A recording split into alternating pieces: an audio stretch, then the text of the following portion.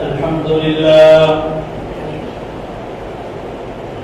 لله نحمده ونستعينه ونستغفره ونؤمن به ونتوكل عليه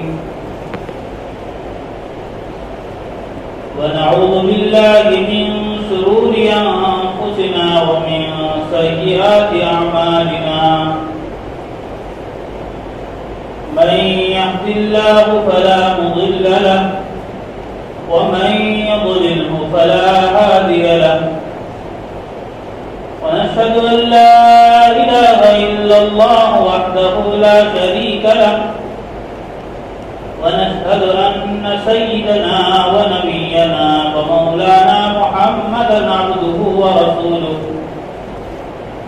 الذي أرسل إلى الناس كافة بشيرا ونذيرا وداعيا إلى الله بإذنه وسراجا منيرا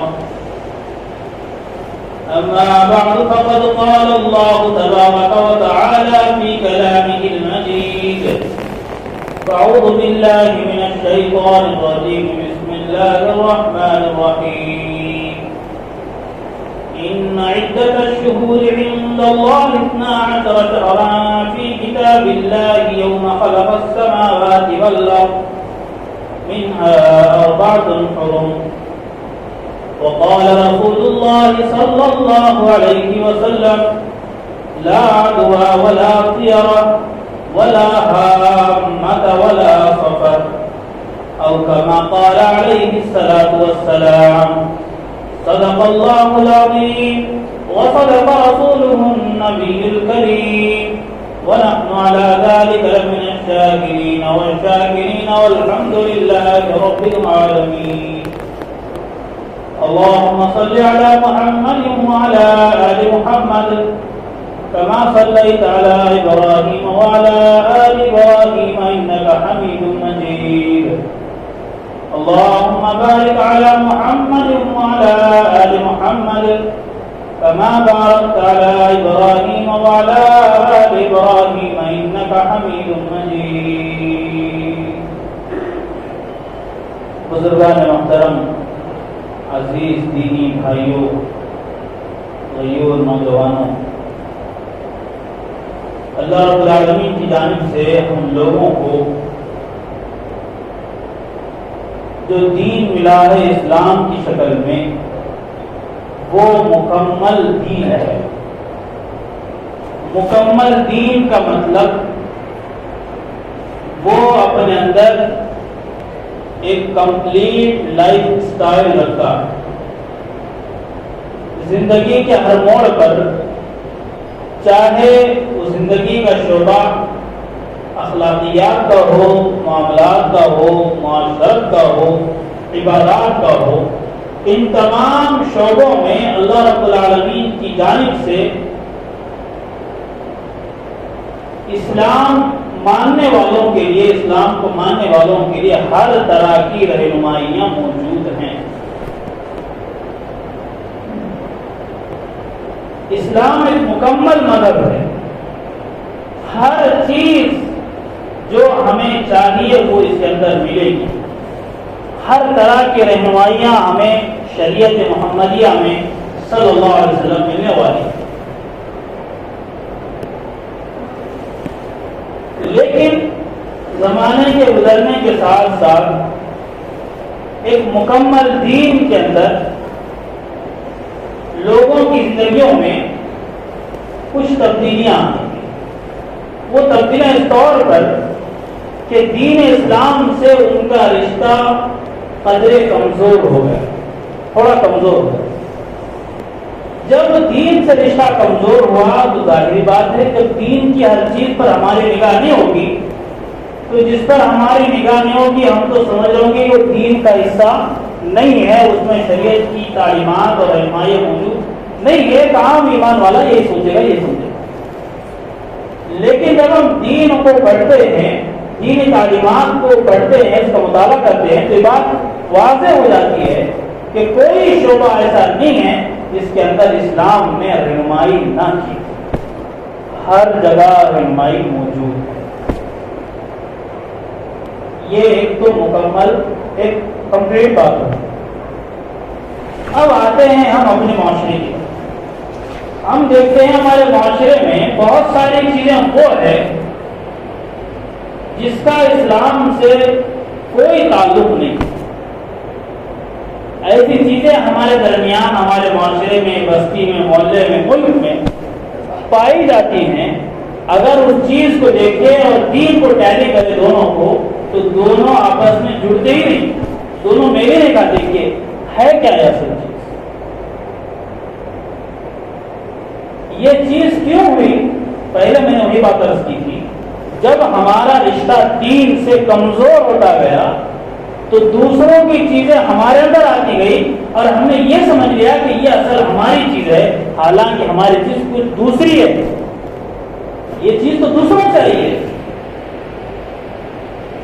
اب یہ جو ہمارا مہینہ چل رہا اسلامی مہینوں کے اعتبار سے، سفر المظفر کا مہینہ، یہ اسلامی مہینوں میں دوسرا مہینہ ہے۔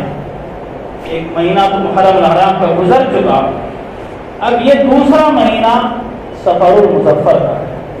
اب اس مہینے کے تعلق سے بھی دیکھیے معاشرے کے اندر کچھ چیزیں، کچھ رسومات پھیلی ہوئی ہیں جسے میں اور آپ بخوبی جانتے ہیں کہ سفر کے مہینے کو کیا سمجھا جاتا ہے بھائی؟ منحوس سمجھا جاتا ہے کہ یہ چل رہی چیز کہ سفر کے مہینے کو منحوس سمجھا جاتا ہے، اس میں شادی بیاہ نہیں ہوتی ہے، اس کے اندر دکانوں کو اوپننگ نہیں ہوتی ہے، اس کے اندر بہت سے اچھے کام جو کرنے چاہیے وہ نہیں کرتے ہیں، یہ کہہ کر کہ بھائی یہ جو مہینہ ہے یہ منحوس مہینہ ہے، اس میں کوئی ہم اچھا کام نہیں کر سکتے۔ اب ہم دیکھیں گے کہ یہ چیز، یہ کانسیپٹ، یہ خیال، یہ رسم کہاں سے ہمارے اندر آئی؟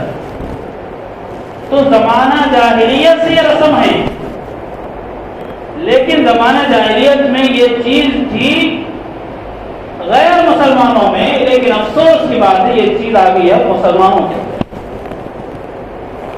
سفر ہے نا، سفر کا معنی ہے، یہ عربی کا لفظ سفر، اس کا معنی ہے خالی کر دینا، کوئی چیز بھری ہوئی اس کو کیا کر دینا؟ خالی کر دینا، اس کو کہتے ہیں سفر۔ تو اس مہینے کا نام سفر رکھنے کی وجہ یہ ہے کہ عرب کے اندر اس مہینے میں گھر خالی ہوتے تھے، لوگ چلے جاتے تھے جنگ کرنے کے لیے، لوگوں سے لڑنے کے لیے، کیونکہ 4 مہینے ایسے تھے عرب کے اندر جن میں جنگ کرنا منع تھا۔ 4 مہینے ایسے تھے جن میں جنگ کرنا کیا تھا بھائی؟ منع تھا۔ ایک ہے رجب، ذی القعدہ، ذی الحجہ، محرم، جس کو قرآن مجید میں کہا گیا منہا اربعۃ حرم، اللہ نے 12 مہینے بنائے ہیں، 12 مہینوں میں 4 مہینے وہ اللہ نے قرار دیے تھے جو جس کے اندر جنگ و جدال کرنا کیا تھا؟ منع تھا۔ اسلام نے بھی کہا اور عرب کے اندر یہ بات مشہور بھی تھی کہ وہ 4 مہینے وہ جنگ نہیں کرتے تھے۔ اب محرم کا مہینہ جیسے ہی ختم ہو جاتا تھا، سفر کا مہینہ شروع ہوتا تھا، تو پھر یہ 3 مہینے سے انتظار میں تھے کہ کب لڑیں، کب جنگ کریں، تو فوراً اپنے گھروں سے کیا کرتے تھے؟ نکلتے تھے، جس کی وجہ سے ان کے گھر کیا ہو جاتے؟ خالی ہو جاتے۔ تو خالی ہو جاتے اس لیے اس کو کہا گیا سفر، سفر کا مہینہ۔ اب جب ان کے گھر خالی ہوتے تھے، اب یہ جنگ کے لیے جا رہے ہیں، تو یقینی بات ہے بھائی جو پیچھے اپنے بچوں کو، بیویوں کو چھوڑ رہے ہیں، کہ جنگ میں جا رہے ہیں، تو جنگ میں جانے کے بعد تو 2 چیزیں ہوں گی، یا تو بچ کر آئیں گے یا تو مارے جائیں گے۔ جب مارے جائیں گے تو بیویاں بیوہ ہو جائیں گی، بچے یتیم ہو جائیں گے، کسی کے گھرانے اجڑ جائیں گے۔ اب یہ ان کے عمل کی وجہ سے یہ ہو رہا ہے، تو وہ یہ بات کہتے ہیں کہ سفر کے مہینے میں یہ منحوس مہینہ ہے، اس میں بلائے آفت اترتی ہے، جس کی وجہ سے ہمارے گھر میں بچیاں، لڑکیاں، عورتیں کیا ہو رہی ہیں؟ بیوہ ہو رہی ہیں اور بچے یتیم ہو رہے ہیں۔ یہ مہینے کی وجہ سے نہیں، ان کے اعمال کی وجہ سے نحوست آئی ہے۔ پہلی بات تو ہم یہ کلیئر کر دیں، کوئی مہینہ، کوئی دن، کوئی جگہ منحوس نہیں ہوتی ہے۔ اگر منحوس ہے تو بس یہ ہے کہ ہمارا عمل اللہ کے حکم کے خلاف ہو تو بس وہ چیز منحوس ہے۔ مہینوں کو بنانے والا، دنوں کو بنانے والا، ہر چیز کو بنانے والا اللہ رب العالمین ہے، تو کوئی چیز، کوئی مہینہ، کوئی دن، کوئی تاریخ منحوس نہیں ہے اگر ہمارا کوئی دن اللہ کو راضی کیے بغیر جاتا ہے تو پھر وہ دن ہمارے لیے منحوس ہے۔ تو کوئی دن کوئی مہینہ منحوس نہیں ہے۔ اور نبی اکرم صلی اللہ علیہ وسلم نے جب یہ رواج دیکھا لوگوں کے اندر تو آپ نے صاف صاف واضح الفاظ میں یہ چیز بیان فرمائی جو ہم نے بھی حدیث پڑھی ہے، لا عدوى ولا طیارة ولا حامة ولا سفر، جو آخر کی بات ہے ولا سفر، اس کا مطلب یہی ہے کہ سفر کا مہینہ کوئی منحوس مہینہ نہیں ہے۔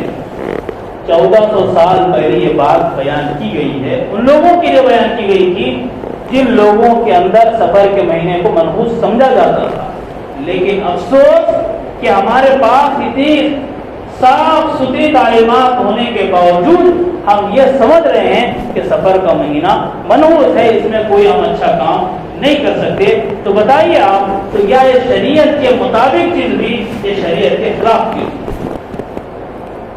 ظاہر بات ہے جواب تو یہ ہوگا کہ یہ شریعت کے خلاف چیز ہے، کیونکہ جس کی ممانعت بالکل صریح الفاظوں میں سرکار دو عالم محمد عربی صلی اللہ علیہ وسلم نے بیان فرمائی ہو، پھر اس پر اگر وہی غلط چیز ہمارے درمیان موجود ہے تو پھر دیکھنے کی ضرورت ہے کہ ہمارے اندر کہاں اسلامی تعلیمات ہیں۔ یہ رسومات جب تک نہیں نکلے گی صحیح اسلامی تعلیمات پر عمل نہیں ہو سکتا۔ اب جب یہ بات آئی تو کہتے ہیں کہ بھائی اس کا ریزن لوگ بتاتے ہیں کہ سفر کا مہینہ کئی کو منحوس ہے، اس لیے کہ اس میں نبی اکرم صلی اللہ علیہ وسلم بیماری میں مبتلا ہوئے تھے۔ کہ لاجک دیا جاتا ہے کہ کیا ہوئے تھے، اس میں بیماری میں مبتلا ہوئے تھے، تو آپ بیمار رہے، ہم کیا اچھے کپڑے پہننا، کیا ہم اچھا مہندی لگا لینا، کیا عورتیں بولتے ہم کیا مہندی لگا لینا، ہم بناؤ سنگار کرنا، کہ جب ہمارے سرکار دو عالم صلی اللہ علیہ وسلم اس مہینے میں بیمار ہوئے تھے تو ہم کیسے اپنے خوش رکھ سکتے ہیں اپنے آپ؟ یہ ریزن بولا جاتا ہے کہ اس وجہ سے ہم اس مہینے کو منحوس سمجھتے ہیں۔ ٹھیک ہے، بیماری بڑی چیز ہے یا موت بڑی چیز ہے؟ بولیے، کسی کا بیمار ہونا تکلیف کی بات ہے یا وفات پا جانا تکلیف کی بات ہے؟ بولیے، بیماری بڑی چیز ہے یا وفات بڑی چیز ہے، وصال بڑی چیز ہے؟ اس مہینے میں نبی اکرم صلی اللہ علیہ وسلم بیمار اگر ہوئے تھے، یقیناً ہوئے تھے، ابھی وہ تاریخ اعتبار سے بتاتا ہوں، بیماری تو چھوٹی چیز ہے، اس سے بڑی چیز ہے وصال کا ہونا، دنیا سے چلا جانا۔ تو اگلے مہینے کے اندر ربیع الاول میں نبی اکرم صلی اللہ علیہ وسلم اس دنیا تشریف لے گئے ہیں، تو پھر اس مہینے کو کیوں منحوس نہیں سمجھا جاتا؟ بیماری سے بڑی چیز دنیا سے چلا جانا ہے انسان کا۔ بیماری آج ہے کل ختم ہو سکتی ہے، لیکن آدمی ایک بار قبر میں چلا گیا، ایک بار آنکھ بند ہو گئی، پھر وہ قیامت تک نہیں اٹھے گا۔ اگر یہ لاجک کہا جائے کہ بیمار ہوئے تو اس لیے منحوس سمجھے، تو بیماری سے بڑی چیز تو وصال ہے، پھر وہاں کیوں جشن ہو رہا ہے؟ بات میں اپنی سمجھا پا رہا ہوں، وہ بڑی چیز ہے۔ اصل میں اس کی حقیقت کیا آپ سمجھیے، جو نبی اکرم صلی اللہ علیہ وسلم بیمار ہوئے تھے وہ سفر کے شروع میں نہیں، اس مہینے کے آخر میں۔ یہ تاریخی اعتبار سے چیزیں، تاریخی کتابیں آپ اٹھائیے، سیرت النبی 8 جلدوں میں لکھی گئی ہے، اس کو دیکھیے، اس کے اندر کیا ہے۔ سیرت ابن ہشام، بے شمار سیرت کی کتابیں ہیں، کسی کے اندر ہم کو نہیں ملتا کہ سفر کے ابتدائی دنوں میں نبی اکرم صلی اللہ علیہ وسلم بیمار ہوئے تھے، نہیں، سفر کے اخیر حصے میں، سفر کے اخیر حصے میں۔ اگر یہ معلوم ہو گیا کہ نبی اکرم صلی اللہ علیہ وسلم شروع میں سفر بیمار تھے، تو ہمیں کون سی یہ روایت ملی ہے جس میں صحابہ رضی اللہ اجمعین نے اس طرح کا سوگ منایا ہو، اس طرح کا اس کو منایا ہو کہ بھئی ہمارے سرکار بیمار ہیں، ہم اس میں کچھ نہیں کریں گے؟ یہ ہم کو کون سی روایت اس طرح کی ملتی ہے؟ صحابہ کا ایسا کون سا عمل ملتا ہے کہ نبی اکرم صلی اللہ علیہ وسلم کی کون سی اس طرح کی حدیث ملتی ہے جو یہ بتائے کہ بھئی اس مہینے میں ہم کو کیا کرنا چاہیے، اچھی چیزوں سے بچنا چاہیے؟ کوئی چیز نہیں ملتی۔ اب دیکھیں اس میں تماشا، دیکھیے کیا ہے، اور ایک تماشا، سفر کا جو شروع کا حصہ ہے، شروع کے ایام ہیں، اس میں تو ہم کہتے ہیں کہ بھئی یہ منحوس مہینہ ہے۔ جب سفر کا مہینہ ختم ہو رہا ہے تو اس میں آخری 4 شعبے کے نام سے بھئی عید منائی جا رہی ہے۔ آخری 4 شعبے کے نام سے ایک چیز منائی جا رہی ہے، ایک عید کے طور پر، خوشی کے طور پر اس کو منایا جا رہا ہے۔ اب پوچھا جائے کہ بھائی آخری 4 شعبہ کیوں منا رہے ہیں، تو وہ کہتے ہیں بھائی اس مہینے کا آخری 4 شعبہ تھا، اس کے اندر نبی اکرم صلی اللہ علیہ وسلم بیماری سے شفا یاب ہوئے۔ حضرت عائشہ رضی اللہ عنہا نے مٹھائیاں تقسیم کی، خوشی کا ماحول تھا۔ نبی اکرم صلی اللہ علیہ وسلم باہر چلے گئے، چہل قدمی کے لیے باہر چلے گئے، تو اس خوشی کے طور پر ہم اس کو آخری 4 شعبہ مناتے ہیں۔ بھائی جن ایام میں نبی اکرم صلی اللہ علیہ وسلم بیمار ہوئے ہیں، ان ایام کو ہم کہہ رہے ہیں کہ اس میں شفا یاب ہوئے، اور جن ایام میں کوئی چیز نبی اکرم صلی اللہ علیہ وسلم نہیں تھی، ہم کہہ رہے ہیں ان ایام کو منحوس سمجھتے ہیں۔ دماغ کا توازن دیکھیے کیا چل رہا ہے۔ کسی مکتب فکر کے عالم کو آپ پوچھ لیجیے، وہ یہی کہے گا سفر کے آخری ایام میں نبی اکرم صلی اللہ علیہ وسلم کو بھی وہ بیماری لاحق ہوئی جس بیماری کے بعد آپ کو افاقہ نہیں ہوا، آپ کا وصال ہوا۔ بیماری کی شروعات سفر کے شروع کے مہینے سے نہیں، سفر کے آخری ایام سے بیماری کا عمل شروع ہوا۔ اب یہودیوں نے یہ سازش رچی کہ جب ان کے نبی بیمار ہوئے تو بھائی اب ایسا ہے کہ اسلام کا چراغ ڈگمگا رہا ہے، تو چلو خوشی کا ماحول ہے، انہوں نے کچھ اس طرح کی چیزیں وہاں پر کی، لوگوں نے یہ سمجھ لیا کہ بھائی یہ خوشی کا موقع ہے، ہم بھی خوشی منائیں۔ تو جو چیز ہمیں اسلام سے نہیں یہودیوں سے ملی ہے، ہم اس چیز پر کیوں آنکھ بند کر کے اس پر عمل کرتے ہیں؟ حقائق کو بتانا، حقیقت کو بتانا، یہ ہر امام کی ذمہ داری ہے۔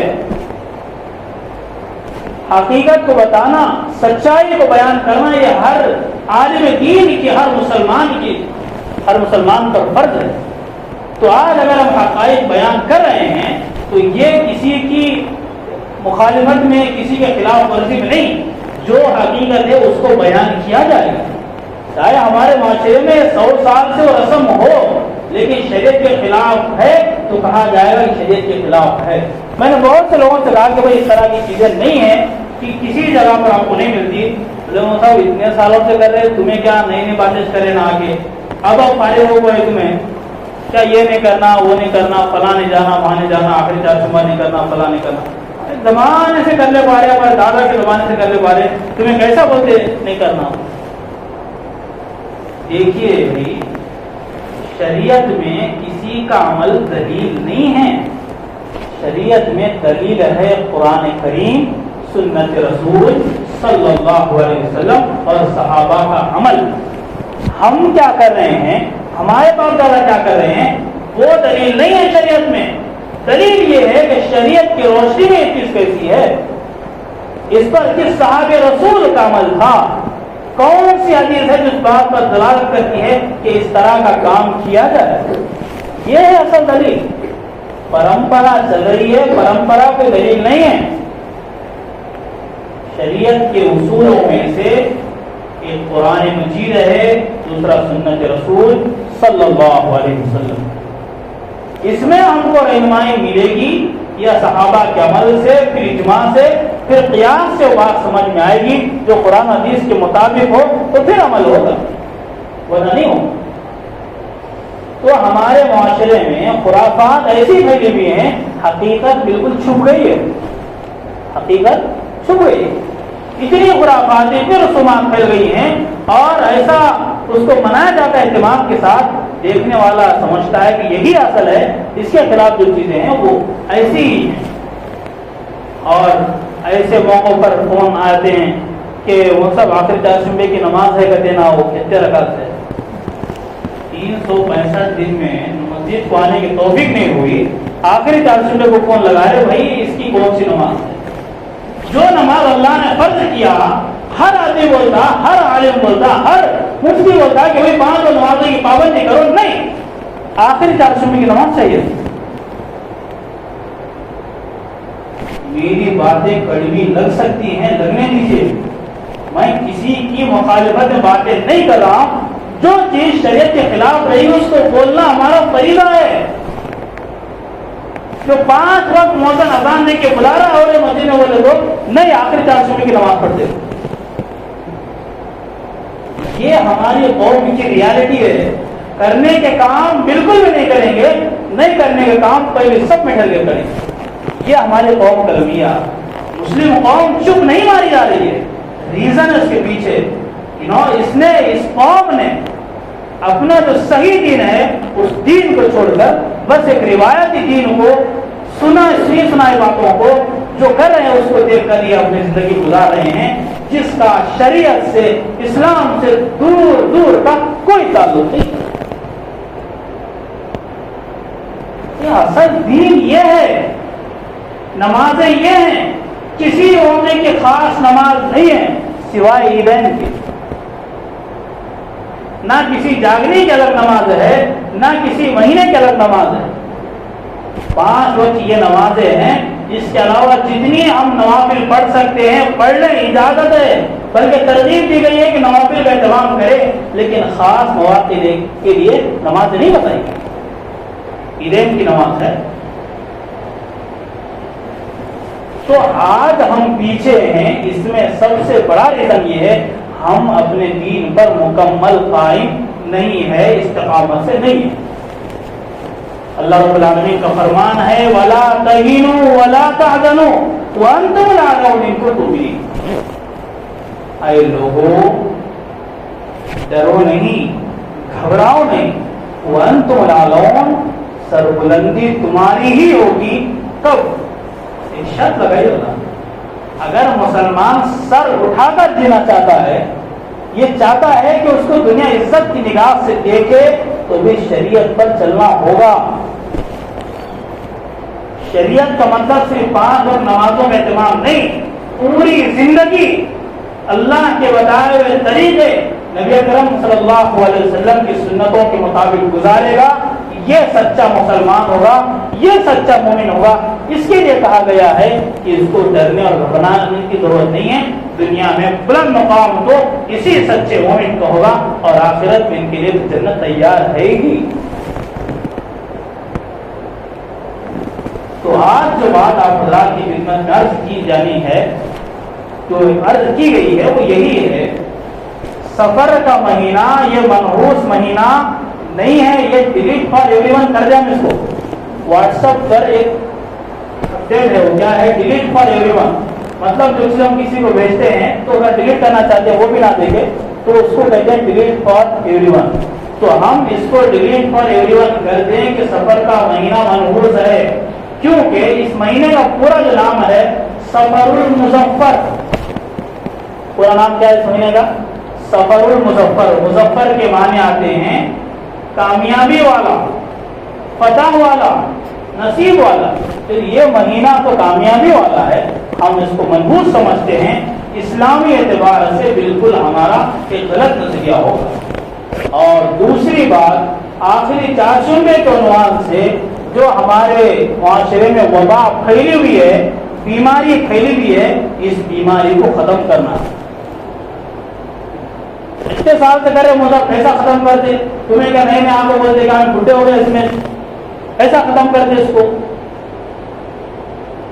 دیکھیے، خوشی ہم سال میں کبھی منا سکتے، سال بھر میں کبھی بھی کچھ بھی بنا کے کھا سکتے ہیں، کوئی کیک لا کے کھائیے، کچھ میٹھا بنائیے، حلیم بنائیے، جو بنانا ہے بنائیے، سال بھر کبھی بھی کھا سکتے ہیں، لیکن ایک دن متعین کر کے یہ سمجھنا ہے کہ اس میں یہ چیز بنا کر کھائی جائے، اس میں خوشیاں، اس میں مٹھائیاں تقسیم کی جائے تو ہم کو ثواب ملے گا، تو یہ شریعت کے اعتبار سے بالکل غلط چیز۔ آخری 4 شعبے کے نام سے جو بیماری ہے، بیماری کہہ رہا ہوں میں، بیماری، یہ بیماری ہے، یہ دیمک کی طرح اندر سے مسلم معاشرے کو کھوکھلا بنا رہی ہے، کھوکھلا بنا رہی ہے۔ جو اہتمام نمازوں کا نہیں ہوتا ہے، جس کا حکم ہے اور جس کا حکم نہیں ہے کہ اس طرح کی چیزیں کرنے کا، لیکن ہم وہاں پر پہلی صف میں کھڑے نظر آئیں گے. کوئی اگر اس کی مخالفت کرتا ہے تو سب سے پہلے اس کے خلاف کھڑے ہو گے، بھائی یہ کیا بول رہا ہو، اتنے سالوں سے سب غلط تھا. غلط تھا، غلط ہے، غلط رہے گا. جو چیز غلط ہے اس کو غلط ہی کہا جائے گا، اس کو کسی اعتبار سے سچ نہیں کہا جا سکتا. یہ ایک مسلمان کی اور سب سے بڑھ کر ایک عالم دین کی ذمہ داری ہے کہ وہ سچ بات کو سچا کہے، جو جھوٹ ہے، جو برائی ہے اس کو کہے کہ یہ برائی ہے، تب جا کر شریعت کی بات واضح ہوگی. اچھائی کو بھی اچھائی کہہ رہے ہیں، برائی کو بھی اچھائی کہہ رہے ہیں، یہ کون سی عقل مندی ہوئی؟ یہ کون سا دھرم ہے؟ یہ کون سا دین؟ جو اچھا ہے اس کو اچھا ہی کہا جائے گا، جو برا ہے ڈنکے کی چوٹ پر کہا جائے گا کہ برا ہے، جو اس سے جڑے گا وہ بھی برا. وما علینا الا البلاغ. ہمارا کام لوگوں تک حقائق کو پہنچانا ہے، اس پر ان کو لا کر عمل کروانا، یہ تو ہماری ذمہ داری نہیں. انک لا تہدی من احببت ولکن اللہ یہدی من یشاء. نبی اکرم صلی اللہ علیہ وسلم سے بات کہی جا رہی ہے کہ حبیب آپ کا کام ہدایت دینا نہیں ہے، آپ کا کام ان کی رہنمائی کرنا ہے، آپ کا کام بات کو پہنچانا ہے. وما علیک الا البلاغ المبین. آپ کے ذمہ تو ہماری بات کو لوگوں تک پہنچانا ہے. اب وہ کریں ان کی بھلائی، اگر نہ کریں تو پھر وہ اپنا انجام کے لیے تیار ہے. یہ اتنا سیدھا سادہ صاف ستھرا ہمارا دین ہے. اگر ہم دین کو پڑھیں، دین کو صحیح طور سے ہم مطالعہ کرنے والے بنے تو ہماری تعلیمات بالکل واضح ہے کہ کیا حقیقت ہے، کیا افسانہ ہے، ہم کو معلوم ہے. آج ہم رسومات میں، خرافات میں اس لیے پڑے ہوئے ہیں، ہم کو سچا علم نہیں معلوم، دین کی جو سچی باتیں وہ نہیں معلوم کہ بھائی اس میں حقیقت کیا ہے. ہاں یہ بھی ہوتا ہے، ایسا نہیں کہ میں یہ نہیں کہہ رہا کہ سب غلط ہی ہے. بہت سے لوگ ایسے ہیں جن کو معلوم نہیں ہوتا ہے، لوگوں کا دیکھا دیکھی کرنے لگتے ہیں. ان کی ذمہ داری ہے کہ جب اس طرح کی چیزیں ہو تو پھر وہ تحقیق کریں، دین کے علماء سے وہ مسئلہ پوچھے کہ بھئی حقیقت اس کی کیا ہے. اب جمعہ کے اندر بیان کرو، بات رکھے. جب تک سچائی کو بیان کیا جاتا رہے گا، برائیوں کو برائیاں کہہ کر اس کو ختم کرنے کی کوشش کی جاتی رہے گی، تب تک سمجھ لیجیے کہ ہم صحیح راستے پر ہیں. جس دن ہم نے سچائی کو برائی کہنا شروع کیا اور برائی کو سچائی کہنا شروع کیا، اس دن سے یقین مانیے ہمارا ایمان کمزور ہوتا چلا جائے گا. تو ہماری پوری جو گفتگو ہوئی، پورا جو بیان ہوا، پورے بیان کا خلاصہ 2 جملوں میں اگر کہا جائے تو وہ یہ ہے: صبر کا مہینہ منحوس نہیں ہے، اس میں اچھے کام کر سکتے ہیں، بلکہ کرنا چاہیے. شادی کا موقع ہو، گھر کی اوپننگ ہو، دکان کی اوپننگ ہو، جو بھی اچھے کام ہو اس مہینے میں ہم کو کرنا چاہیے. یہ کوئی منحوس مہینہ نہیں ہے.